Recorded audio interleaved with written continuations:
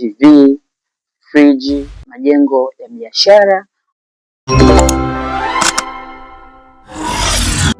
Hello, mambo vipi? Karibu Stawi Insurance.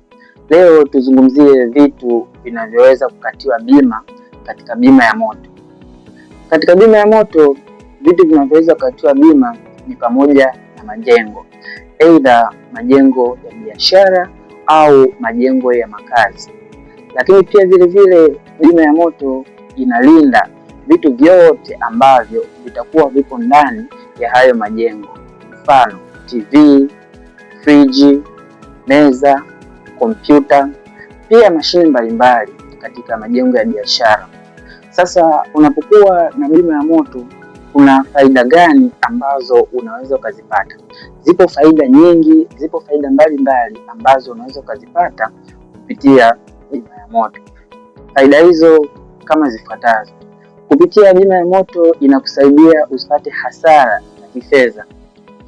Kivipi bima ya moto inakusaidia usipate hasara za kifedha? Tunajua utakapokuwa umepata janga la moto na ukapata hasara dhidi ya vitu vyako, itakulazimu wewe utoe fedha ili urejeshe hivyo vitu vyako tena kama ilivyokuwa awali. Lakini unapokuwa na bima haitakuwa hivyo, bali bima itakuja kukusaidia dhidi ya vitu hivi. Vile kupitia bima ya moto inakusaidia usipate mikopo. Unajua asilimia kubwa ya watu wengi sana wanapopata hatari mbalimbali, ili kuweza kurejea kama ilivyokuwa awali, wanakimbilia kwenye mikopo isiyotarajiwa. Lakini unapokuwa na bima hautakimbilia kwenye mikopo, bali bima itakuja kukusaidia. Kwa hiyo tunasema bima ya moto inakusaidia wewe usikimbilie mikopo isiyotarajia. Pia vile bima ya moto inakusaidia wewe kuepukana na stress pindi unapopata majanga.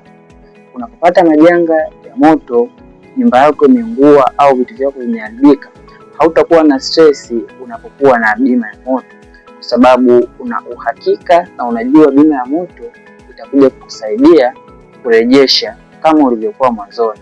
Kwa hiyo hautaweza kuwa na stress.